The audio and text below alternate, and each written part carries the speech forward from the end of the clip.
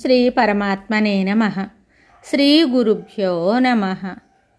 గురువాయుపురాధీశం విష్ణుం నారాయణం హరిం వాసుదేవం జగన్నాథం కృష్ణం వందే జగద్గురుం. నారాయణ భట్టతిరి కృతం శ్రీమన్నారాయణీయము.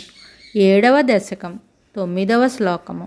దృష్ట్వా సంభృత సంభ్రమః కమలభూస్త్వత్పాదపాదోరుహే హర్షావేశవశంవదో నిపతితః ప్రీత్యా కృతార్థీ భవన్. జానాస్యేవ మనీషితం మమ విభో జ్ఞానం తదాపాదయ ద్వైతాద్వైత భవత్స్వరూప పరమిత్యాచష్టతం త్వాం భజే. ఈ శ్లోకమునకు భావము: స్వామి, బ్రహ్మదేవుడు నీ పాదపద్మముల వైభవాన్ని చూసి ముగ్ధుడై తను తాను మర్చిపోయాడు. తరువాత అంతులేని హర్షములో మునిగాడు.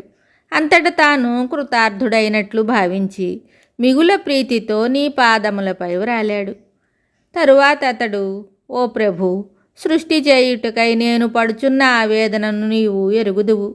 ద్వైతాద్వైతపరమైన సగుణ నిర్గుణాత్మకమైన నీ స్వరూప జ్ఞానమును నాకు అనుగ్రహింపుము అని నిన్ను వేడుకున్నాడు.